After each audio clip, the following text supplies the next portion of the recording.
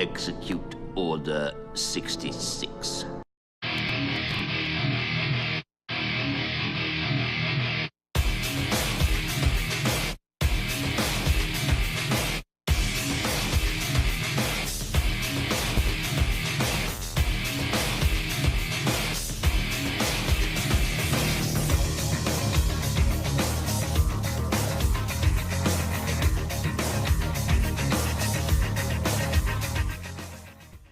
Starting out with a little Emperor Palpatine, followed by some Rob Zombie. Why? Because I fucking can. Why not? Welcome to the Ninja Nerd Warrior podcast. This is your host, Greg. And for those of you who have followed me before, this used to be the 10 Forward Lounge podcast. Why the name change? Well, I started the 10 Forward Lounge about a year ago. And it was, okay, so the original concept was, I'm a giant geek, as anyone who knows me will attest. And the original concept was, wouldn't it be cool to have a place where geeks could get together, have a couple drinks, and talk about geek shit. And being the giant sci-fi nerd that I am, the first thought was 10 Forward Lounge, the bar on the Enterprise. And since it's about roughly $50,000 to $75,000 to open a bar and only about $500 to start a podcast, we're going to go with the podcast. So that was the original concept of the 10 Forward Lounge. I was going to come on, have some friends on. We were going to get drunk and talk about geek shit. But the only problem was that I never recorded the show in the same place. I would be at friends' houses. I would be on the road. I would be out of town somewhere. And it's really hard to get drunk, talk about geek shit, remember how my equipment worked, and do all that without getting a DUI on the way home. I've already gone through one DUI, and I managed to get through that without being tased, so I wasn't going to roll the dice. No way I'm getting to that again twice. So that was the original concept of the 10 Forward Lounge, and honestly, I kind of feel like I took that concept about as far as I could. Anybody who listened to the shows, it was me and my lovely co-host, Catherine. And all we ended up doing was kind of movie reviews. We kind of fell into a rut where we had one idea for the show, and neither one of us was fully comfortable with just doing that. And so we decided to branch out a little bit more. And as far as the name change goes, I did some research, and there's already 10 Forward podcasts on YouTube, and there's 10 Forward websites, and so I kind of wanted to get away from anything that would confuse us with anybody else. And so Ninja Nerd Warrior was a term I coined kind of as an inside joke, really. A Ninja Nerd Warrior is... I love the geek fandoms out there, the comic book, the anime, the gamers, your horror movie geeks, your wrestling geeks. There's so many different fandoms. And I wanted something that encompassed all of them together. It's really funny how I've been involved in sports since I was 5 years old, but I never really kind of hung out with the jocks. I always kind of gravitated toward the geeks. So while, all my jock buddies were kind of making fun of the guys playing D&D in the back of the classroom, I'd be like, hey, what's going on? Hey, did you guys catch Star Trek Next Generation this weekend? So that's the concept. Ninja Nerd Warrior is, it's basically saying that I can be a geek in comics. I can be a geek in anime, gaming, sci-fi, horror movies. I can be a sports nerd. You're telling me that those guys dressed up at the Raiders games in fucking Darth Vader outfits and Darth Maul and fucking Road Warriors gear, that's fucking cosplay. That's cosplay for jocks. Don't fuck around. So, anyway, that's the new concept, Ninja Nerd Warrior. It's the new podcast, and you can look me up, Ninja Nerd Warrior, on anything, Facebook, Twitter, YouTube, and Instagram. I have opened accounts with the Ninja Nerd Warrior name on all of those fucking things. I guess this would be a good time to apologize. Listen, folks, if you've ever had a conversation with me, you know that I swear like a drunken sailor on crystal meth. So if a few F-bombs are going to offend you, this is definitely not the place. So just warning you right now, I'm going to fucking swear like I fucking want to. So, what else have I been up to? I haven't done a show since November. It's been a while. I actually had to go back and research it. You can go up to YouTube and check out those old 10 Forward Lounge podcasts. There's 12 of them up there, and hopefully they didn't suck too much. Hopefully, you guys still enjoyed them. I'm definitely going to work to make these shows a lot better. Anyway, no, what have I been up to? I'm still wrestling. I actually had I got to knock a couple items off my bucket list as far as wrestling goes. I got to do a fatal four-way steel cage match. I guess I should back up. I'm wrestling for Vendetta Pro Wrestling up in Santa Maria, California, and I am wrestling for Sencal Professional Wrestling in San Luis Obispo. And I'm gonna send a shout out to those guys because those guys are like family to me. I love everyone involved in those promotions, and they have always been good to me. So I'm gonna send a little love out to them and give them a shout out. Go check them out. Like I said, Vendetta Pro Wrestling in Santa Maria, California, and Sencal Professional Wrestling in San Luis Obispo. But no, Sencal booked me in a fatal four-way steel cage match, which probably the most hectic thing I've ever been involved in. That was cool as shit though, but I'm getting old, folks. That those bumps, those took a couple weeks to fully go away. I took a double stomp from Funny Bone, and if there was one move I was always trying to avoid, it was Funny Bone's double stomp because it looks stiff as shit. And I can now vouch it is just as fucking rough as it looks. Oh my god, just when a dude puts both feet in your chest, that shit's gonna hurt. So anyway, yeah, I can vouch. Funny Bone's not fucking around. That move is just as savage as it looks. Another item I got to take off my bucket list. I got to wrestle my first midget show. Stop laughing. That's not the joke. Shut up. No, I actually okay. So Vendetta Pro Wrestling has this. They kind of splintered off, and they're doing this side promotion called Midget Mania. And Midget Mania is exactly what it sounds like. They're doing a midget wrestling promotion, and the promotion has gotten over like faster than I've ever seen any promotion get over like that.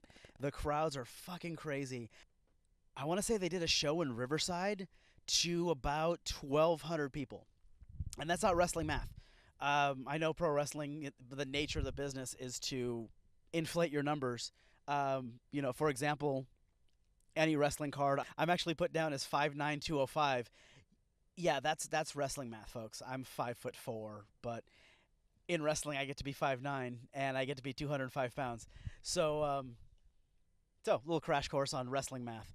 But no, the Midget Mania show in Riverside was legit 1,200 people. And that crowd was insane. So I got to do a Midget Mania show because the promoter, Billy Blade, is actually one of my closest friends in pro wrestling.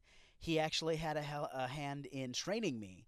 So when you come out to see me and if you think I suck, Billy's the guy to blame. But no, like I said, he's been one of my closest friends for the last 15 years. He helped train me, and he hits me up and he says, "Hey, Greg, we have a Midget Mania show in Bakersfield at the Dome. Would you be interested?" Well, fuck yeah, I'd be interested.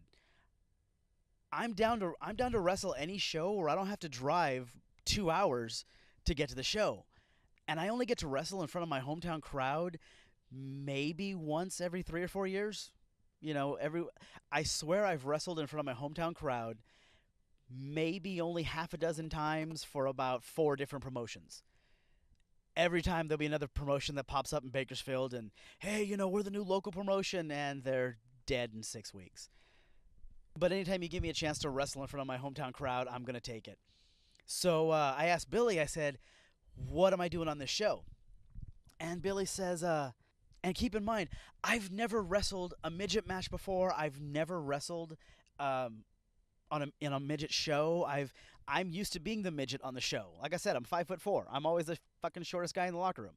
So a chance to wrestle in front of my hometown crowd and not be the shortest guy in the card, fuck yeah, I'm taking that. But no, the only time I've ever been on a show with a midget was I wrestled a lucha show up in Fresno, and we got there. Just so you know, guys, call time for a show is usually about 2 hours before the opening bell. So your show starts at 7. Call time is usually around 5. All right. So that's what time we showed up to this show in Fresno. I can't even remember. Fuck. I can't remember what the promotion was. I just know it was a lucha promotion somewhere in Fresno. But right now, the name, I couldn't remember it with a gun to my head. But so we get to the show, and we're talking to referees and different wrestlers, and you just kind of, some of these guys we've already worked with a couple times, and so we're just kind of, hey, what's going on tonight? What's the lineup? Blah blah blah. And to my right, Masquerita Sagrado walks up. Now, those of you who have followed Lucha Underground, Masquerita Sagrada is the little midget wrestler in the white suit, white mask. And for those of you who, maybe you're more familiar with him in WWE, he was El Torito. They dressed him up like a bull and put him with a couple of Puerto Ricans dressed up like bullfighters. Okay, shit, let's go with it. All right, cool. But that's Masquerita Sagrada.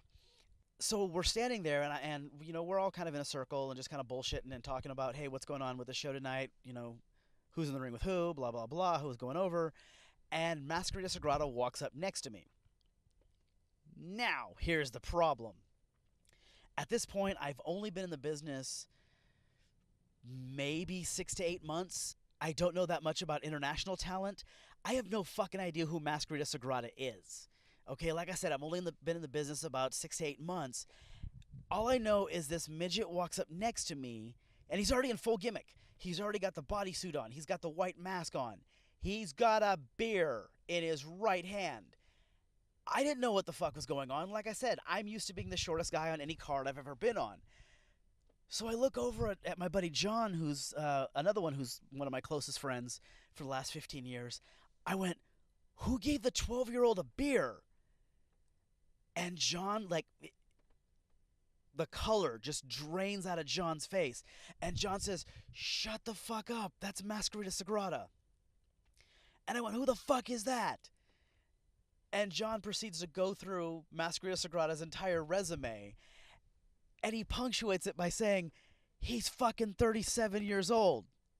And I'm going like, well, how the fuck was I supposed to know that? He's 4.5 feet tall. He's dressed in full lucha gimmick. I thought it was a 12-year-old with a fucking beer. Because we're Mexicans. My people would do that. Fuck, I think I started drinking when I was 11. So how the fuck was I supposed to know? Fuck. So anyway, that's the only contact I've ever had with midgets in the wrestling business. And it was like 14 years ago. So I've never been on a midget show ever. So I said, Billy, what are we doing? And Billy goes, oh, hey, I got this great idea where, since you're the hometown guy, you're going to come out as the host. Yeah, folks, I'm not wrestling on this show. I'm basically going to come out and be The Rock at WrestleMania 33. Only problem is I have a minuscule amount of the charisma that The Rock has. And so I'm going like, oh, fuck, okay, I'm gonna host the show. Well, I'm still getting paid the same amount of money, right, Billy?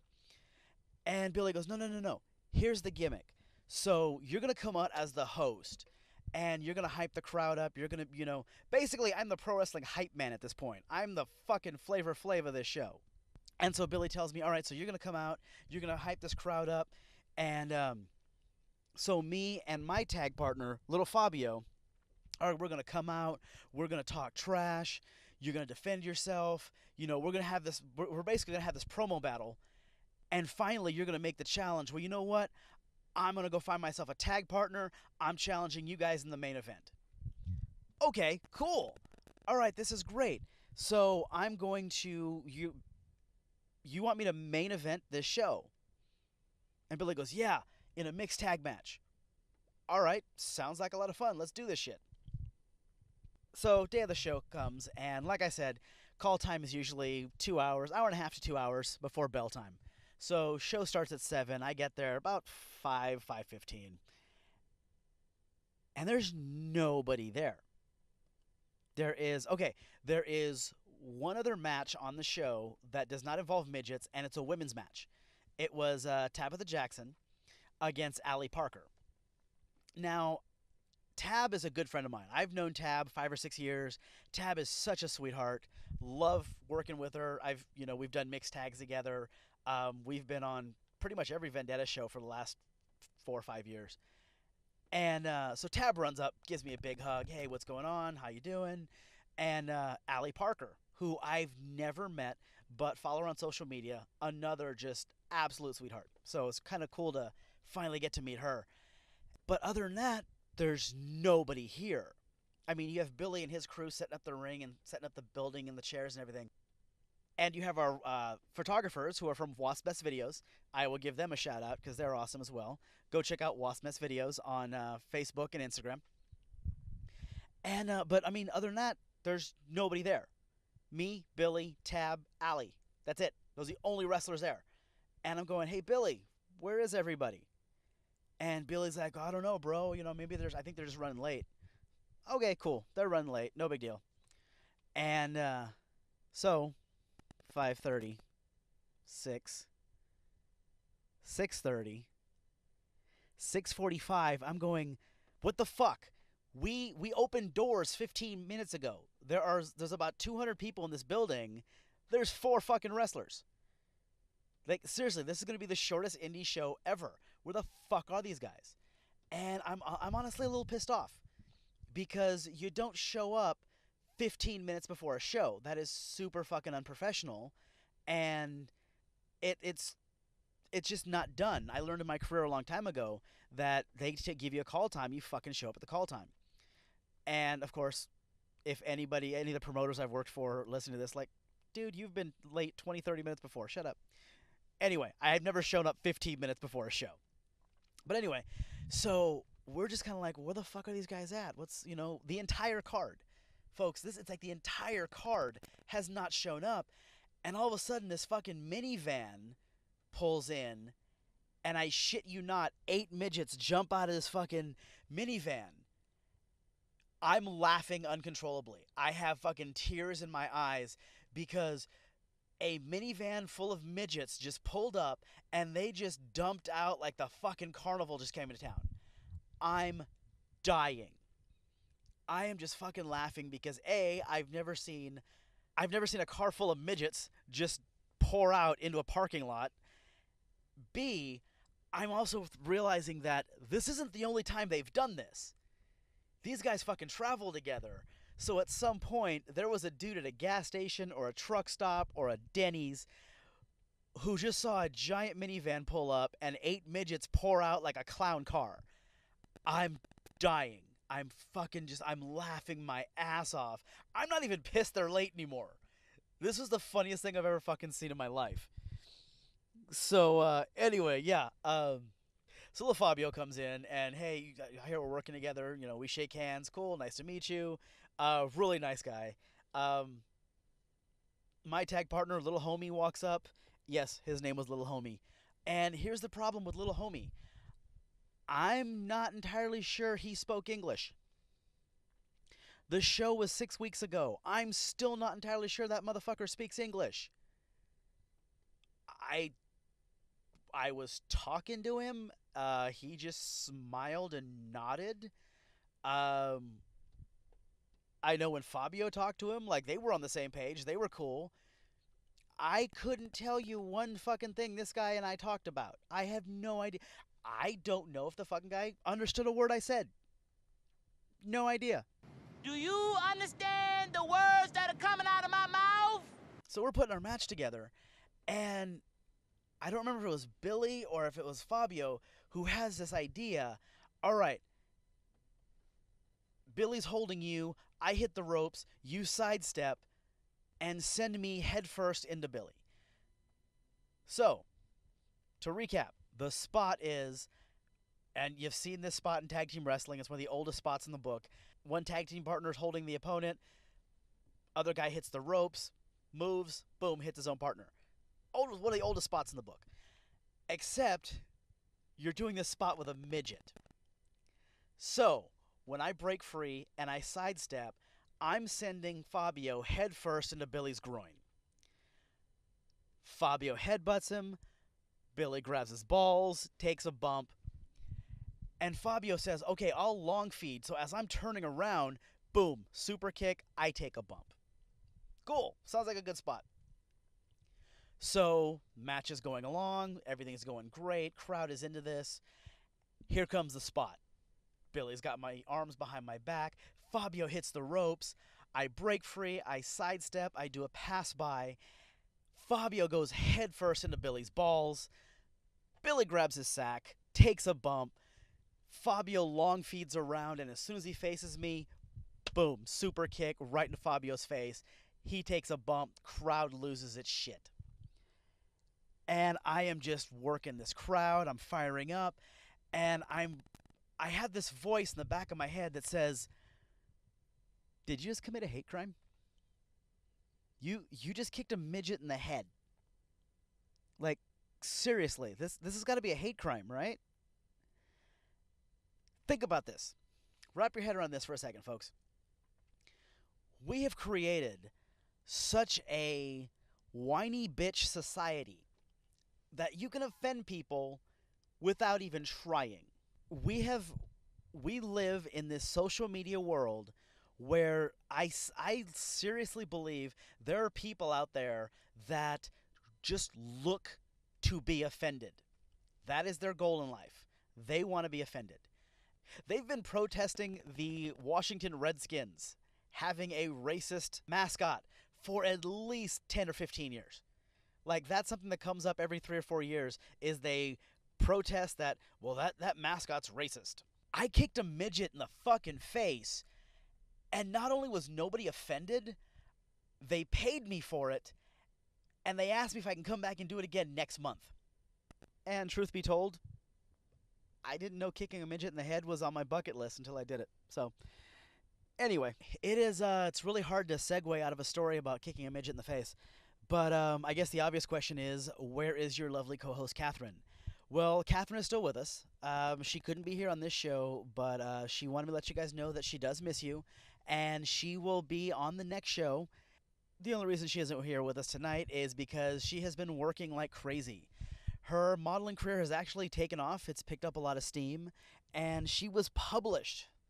She's actually been published in, if you guys caught the January edition of Expressions magazine, she got a 2 or 3 page spread in that magazine. Was it 2 pages? 3 pages?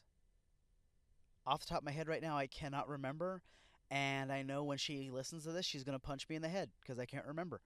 But go check it out. Get a hold of the January edition of Expressions magazine. My co-host is now a published model, so I was super proud of her for that. And I want to say that there was a good 4-week, 5-week period, maybe more, where she booked 3 or 4 shoots a week. Now, I don't know modeling. I don't know if that's good or not, but I know we were in a car on our way to a different location almost every other day. So I'm thinking it's really good. She was working a lot. I actually got to see Vasquez Rock because of that. I was so stoked. So, for those of you guys who don't know, Vasquez Rock is a monument here in Central California where they have filmed episodes of Star Trek, they have filmed CSI, they have filmed episodes of 24. For those of you who have ever seen the movie Bill and Ted's Bogus Journey, that's where Bill and Ted got killed at. I was super excited to see that. I geeked out like you would not believe. So, and she got a great photo shoot. I'll post some of the pictures here to the YouTube feed. She was super excited to shoot there, and the photographer was great. His assistants were awesome. The whole day was great. So, she's working like crazy right now, which is why I'm recording this in a Target parking lot right now. We're in Van Nuys, California. She's working, and I didn't want to be in the way, so I dipped. And I just found a parking lot, and I decided to hook up my laptop, hook up the microphones, and record this show. But that's where Catherine's at, and like I said, she misses you guys, and she will rejoin us again, hopefully on the next show, schedule permitting, of course. Actually, because of Catherine, I'm doing some shows. We're going to be at WonderCon, and I actually already have a couple of cosplayers these really awesome cosplayers. They already agreed to do a show with us, so we are going to attempt to get this recorded WonderCon weekend. That's going to be really fun because there's going to be 4 of us, and I only have 2 microphones. I cheaped out and I only got the 2 input interface, so this is going to be really fun trying to record 4 people with 2 microphones.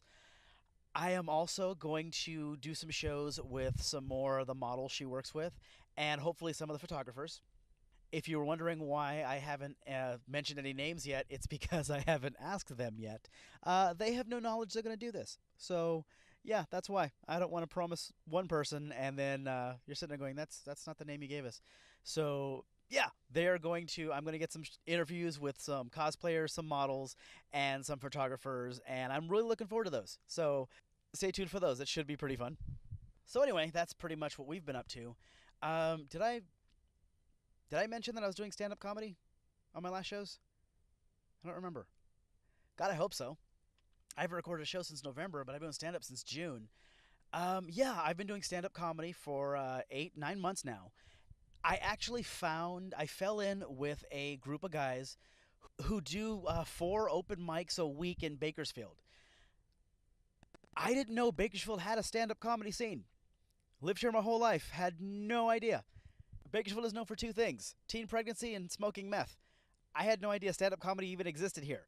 So I was super shocked to find out that there's a group of guys doing stand-up. And I ended up meeting these guys, and I've been doing stand-up with them at least once or twice a week, again, schedule permitting, if we're in town. I actually had to skip a show tonight because Kat was working down here in LA. So I will definitely be back next week, which means I got to write some new shit. That's the hardest part about doing stand-up, folks. The getting up on stage in front of people and talking on a microphone, it's not really that hard. It's the writing is the hardest part for me. And I have had some sets that die to death. Oh my God. It's not even funny. To put it into perspective, being in front of a crowd is not that hard for me. I've been doing pro wrestling for 15 years. So the whole, performing in front of a crowd it doesn't bother me anymore. Getting on a microphone and actually getting these people to like me, that's the part that terrifies the shit out of me. See, because in pro wrestling, I've learned, I've been doing it 15 years. So if something's not working, whoever I'm in the ring with, we have the ability to just change up, go somewhere else. They're not buying this. We need to, switch it up in the middle of the match. Why not? I haven't learned that in stand-up yet. Like I said, I've only been doing this 8 or 9 months.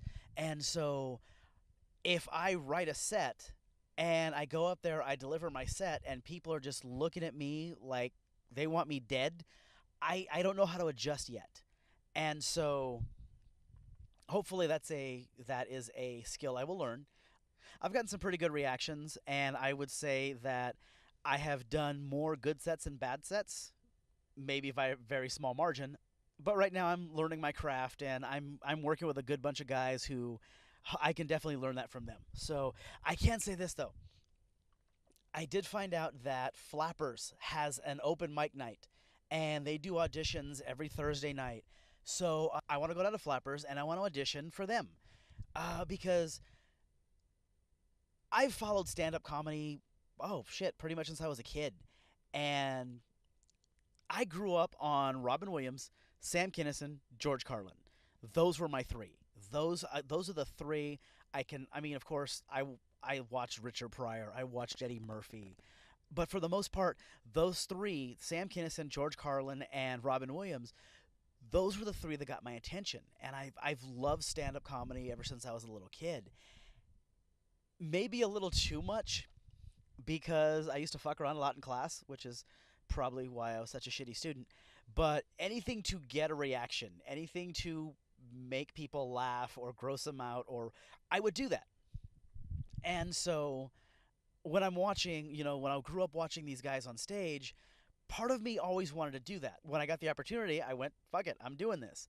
Well, now I have the opportunity to go to Flappers and audition, which, I'm not going to lie, scares the shit out of me. It really does. I still follow stand-up comedy, and I still hear about rooms like Flappers and the Comedy Store, the Improv. I was just at the Bray Improv a few months ago, and It's super exciting to think about performing on those stages, but at the same time, it terrifies the shit out of me. So hopefully within the next few weeks or so, I'm actually going to take a trip down to Burbank and I'm going to try it out. And if I suck, then I'll come back to Bakersfield, I'll get better, and I will go back to Flappers and try it again. I also put in for I sent an audition video. There was this website that a friend of mine sent me, my friend Julie, who works in the entertainment business, and she sent me this website for a site called Comics Cure. And she told me that, hey, these guys do shows in LA periodically. You should really send in an audition video. And Julie's the one, like, Julie has had faith in me forever. Like, she's the one who's told me that I should do stand-up. And so finally I grew a set, and I said, okay, fine. I found an open mic, and I started doing it. And she was the first one I told. I think I told Julie I was doing stand-up before I told my own family. And Julie, being the absolute sweetheart that she is, told me, hey, if there's anything I can do to help your career, you let me know. Well, she sends me this website and says, you better send in an audition video. So I did. And they do shows in LA once a month. I sent in my audition video. Here's what a fucking noob I am, though. I'm from Bakersfield, California. I know nothing about the entertainment business.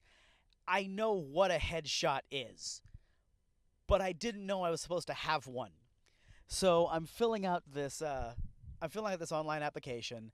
I downloaded one of my sets. There you go. There's my audition video, and it says headshot. Oh, shit.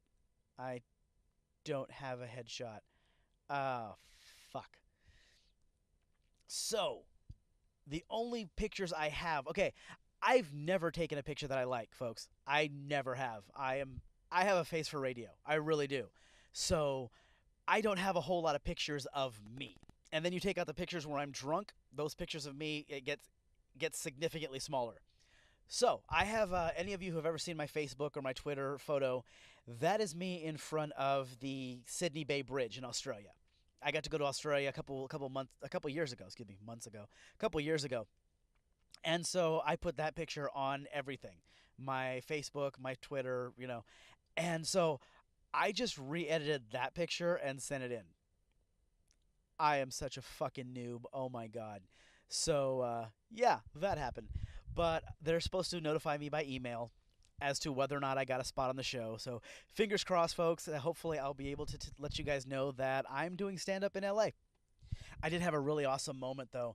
One of my stand-up heroes right now is Christopher Titus. I listen to his podcast every week, and I have all of his specials on DVD. I went and I bought them off his website, and he's actually one of my heroes in stand-up. I got to see him live at the Brea Improv, I would say back in December. He did a great show. He was working on his new show, Amerigeddon, and he does a meet and greet after every show, and I couldn't help it. I had to pick his brain, and I told him, I said, I just started doing stand-up. At this point, I only had like 3 open mics under my belt, and I told him, I said, what would be your advice for somebody trying to break into stand-up? And he was really cool, didn't hesitate at all. He said, never stop writing. Write. And he said, because the funniest things are the things you don't have to make up. You take those moments in your life that are so outrageous, so fucking ridiculous, that nobody would believe they're true, but at the same time, nobody would ever think to make them up. Okay? Like the whole truth is stranger in fiction thing. And think about this for a second. I spent the last 15 years as a professional wrestler. I have been on American Ninja Warrior twice. I have been edited off American Ninja Warrior twice. I've trained 5 different martial arts. I've had my ass kicked more times than I can think of. And on top of that, I used to manage a strip club for 5 years, and I've kicked a midget in the face. First comedy set I ever written was about my DUI and how not to get tased by the cops when you're drunk as shit. So, yeah, there's very few people have as many what the fuck stories as I do. Anyway, this show probably went a little bit longer than I intended it to. I wanted to do like a quick little recording and just let you know that we're back. We're rebranded, and we are the all-new Ninja Nerd Warrior podcast. We've got some really fun ideas about shows that we want to do. One of my favorite ones. I like this idea. Hopefully it comes out as good on audio as it does in my head. I want to do a show about... I missed the Headbangers Ball. Anybody older than 35 years old, you remember the Headbangers Ball. Saturday night, MTV, Ricky Rackman. It was just all metal and hard rock, and it was fucking great. And so hopefully my next show is going to be on the Headbangers Ball. I'm really looking forward to doing that one. And hopefully my lovely co-host Catherine will be back. If not on the next show, then she'll be back very, very soon. I promise. I know you guys don't want to put up with me this whole time, so she will be back. And until then, you can look us up on Facebook, Twitter, Instagram, or YouTube under Ninja Nerd Warrior. You can look up my lovely co-host under Hellcat.model on Instagram. And until then, we will see you later. Fuck you, fuck you, fuck you. You're cool. And fuck you, I'm out.